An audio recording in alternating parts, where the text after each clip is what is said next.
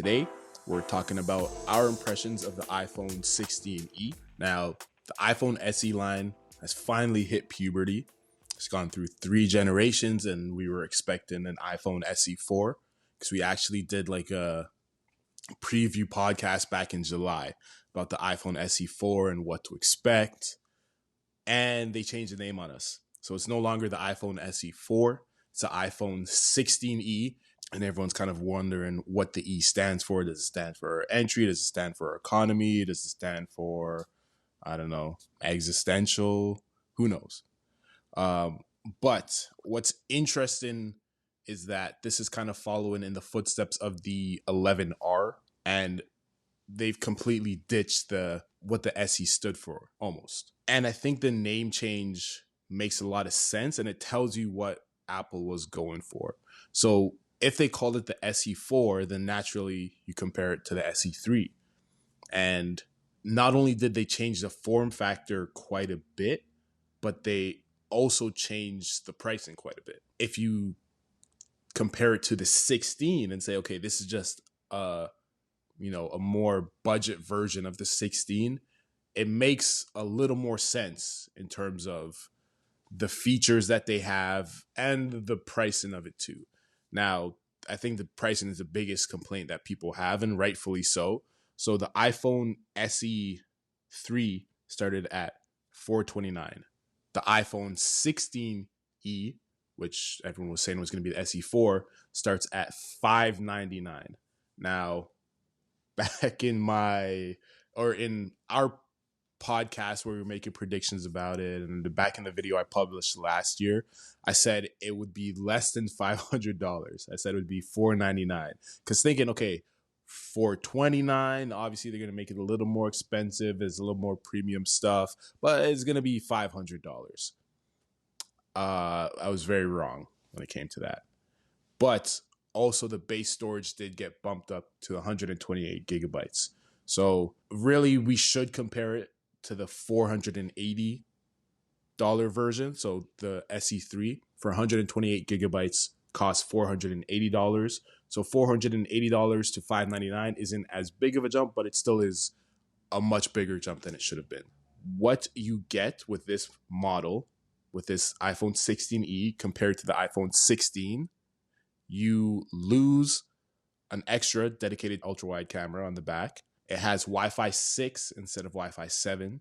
You lose MagSafe, even though it has wireless charging, but it doesn't have like the magnets to attach to the back of your phone for chargers or accessories or that sort of thing. You lose the ultra-wideband for spatial detection support for things like Find My on AirTags or AirPods cases. You lose the dynamic island. You get the notch. And the camera control button is not there anymore. So everyone's favorite button that's not really a button is missing, but you still get the new design compared to the iPhone SE from 2022. You get a design based off the iPhone 14. You get an OLED screen, which is now 6.1 inches. Okay, you get the same A18 chip that's in the base iPhone 16, although this one has 4 GPU cores. You get a USB-C port, because all iPhones now have USB-C, thanks to the European Union. Speeds of USB 2. You get an action button, which I actually think is a bigger deal than not getting the camera control button. And you get everyone's favorite intelligence, Apple Intelligence. I think this is a very good phone compared to what we predicted back in July of last year, compared to what all the rumors were saying. I think it's a very good phone and a very compelling phone. And I like the idea. I'm okay with the idea of it becoming a 16e instead of a continuation of the SE line. I do not like the price. I think it's way too much of a price jump. And when you compare it in the Apple lineup, it fits nicely with the 16s, because the Space 16 starts at $799, 16 Pro, $200 up, $999. So this 16e is $200 less than the base 16. So everything is $200 apart from each other. But it's still, for what you're getting, it still is, I think, too expensive especially compared to what the SE line was before. And yes, it's not the SE line. This is different now. This is different according to Apple, right? They're telling us it's different in the name and structure. But still, like for the entry level for iPhones to be 429 to jump up to 599, that is a huge jump. And I don't know, when we were talking about the rumors before, I said the iPhone SE4 seemed like it was too good to be true. Like it still has the 48 megapixel camera, like was rumored. It still has a new design, like was rumored, an OLED screen. But yeah, this doesn't seem too good to be true. This seems too expensive to be true. And I said it would be $500. $599 isn't that far off from $500, but still $100 off for what was supposed to be your most budget-friendly iPhone. So what are your thoughts on this phone, what you've seen from it? I'm sure the performance will be good. I'm sure it will take really good pictures. I'm sure it's supposed to have the best battery life on a 6.1 inch iPhone. It's supposed to have like 26 hours of video playback. I'm sure it's going to have good battery life, but I'm thrown off by the price. But what are your thoughts on the change in the design? What are your thoughts on them moving on from SE and changing it to just E? And is this something you would recommend to someone looking to get an iPhone? Overall, in a vacuum, I think if you're just looking at the 16 line, $200 cheaper than a base 16 and you're getting most of the performance, I could see it making sense to some people, but yeah, I don't know. I think if it was $300 less, $499, I think it would be a no-brainer to recommend. Mm-hmm. Really, the only thing you'd be giving up is a dynamic island at that point, and I don't think people would really care if you're saving $300. But I'm curious to get your opinion, though, as someone who uses an iPhone and its cameras quite a bit.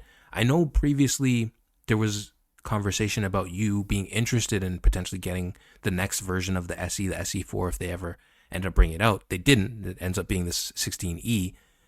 Do what they offer here still entice you in some way, or are you like, okay, no, I'll just wait for a 16 or a 17? And also, as someone who uses the cameras, losing the 12 megapixel ultra wide, is that an issue for you, or is the Fusion camera enough? I would say it's an issue for me.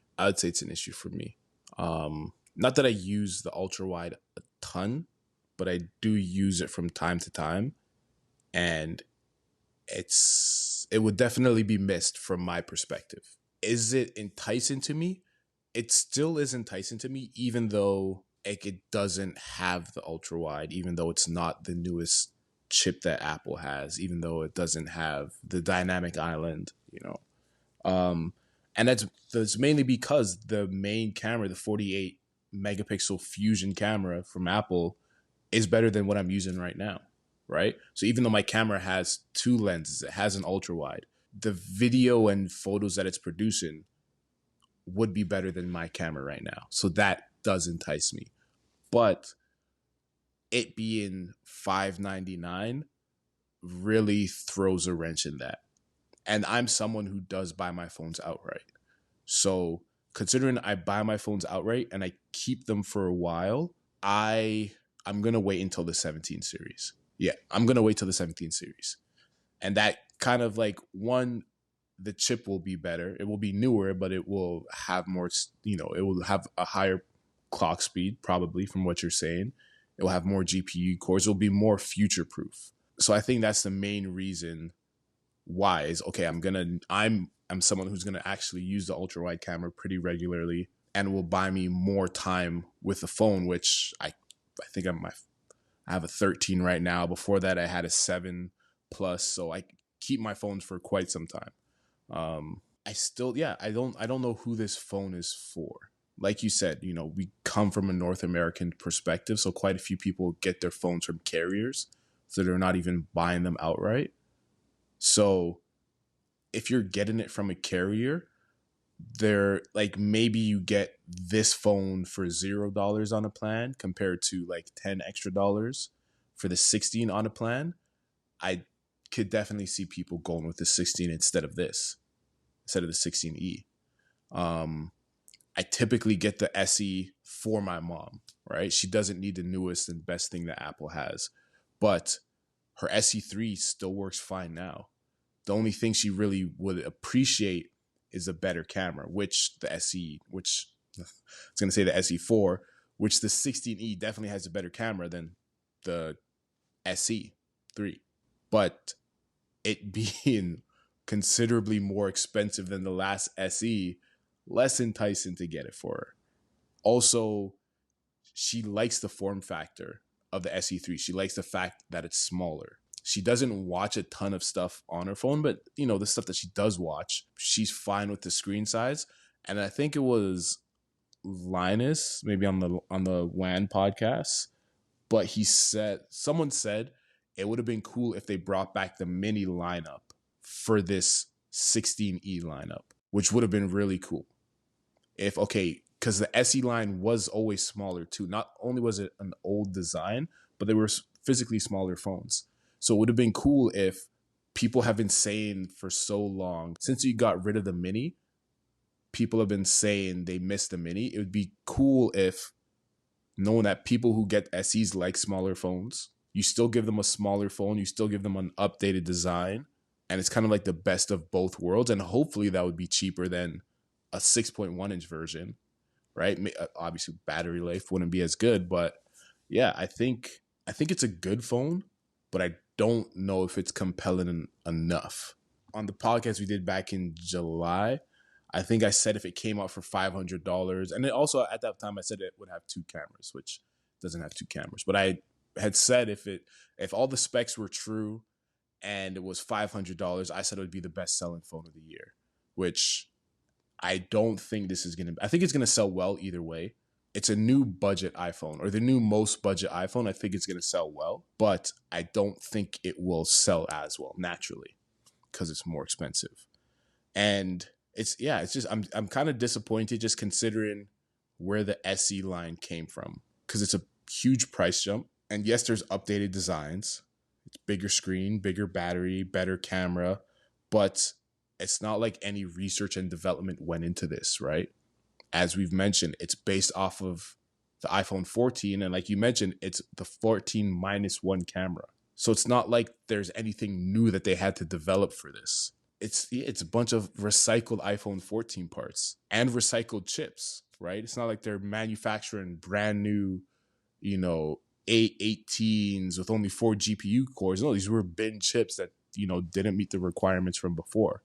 So it's disappointing that they raised the price by so much. Like, even if it was $549, that would have been easier to accept. And that's a good point. I remember you did bring up having 2 cameras as like a requirement for what the speculation for the SE4 was going to be. And the fact that they didn't even do that, even though, I mean, they're claiming it's a dual camera because they're using the Fusion camera, Mm-hmm. You're still missing out on the ultra wide, Yeah. which has been there since the iPhone 12. Like, that's been a consistent thing for years at this point. I guess the last couple questions I have for you. One, do you think that the way that they're naming this, the 16E, do we see a new E every year? Do we get a 17E, and maybe does the E become more compelling as the features for like the dynamic island, camera control, maybe an ultra wide, eventually maybe in the next 2-3 years trickle down into an E product? I was thinking that same question. Do they make an E every year? And I do think they make an E every year. I think it becomes more compelling, but I don't think we ever get a second camera. I do like the fact that it has 1 camera for what the SE used to be, right? Because it being budget entry, if you're interested in the SE E line, budget line, if you're interested in that phone, you truly don't care about having multiple camera options. You want to be able to take out your phone, take a good picture, share it to some people. That's all you need it to do. And most people, even most people who have a 16, don't ever use their ultra wide. Not even just most people who have a camera phone, or a camera phone, who have a smartphone. Every phone's a camera phone now. That's like a term from 2005 or something. Most people who have a phone don't ever switch to their ultra wide. So I think it's smart to say that we're going to release a more budget phone without an ultra wide camera. I'm not mad at that. I do think it comes, yeah, I don't know. I think it becomes more compelling eventually, because I think eventually they start to bring more features from the 16, from the base model down to the 16E. And like we said, it has like 80% of what the 16 has. So it is a good device. And what's interesting is that like the 16 has 80% of what the 16 Pro has.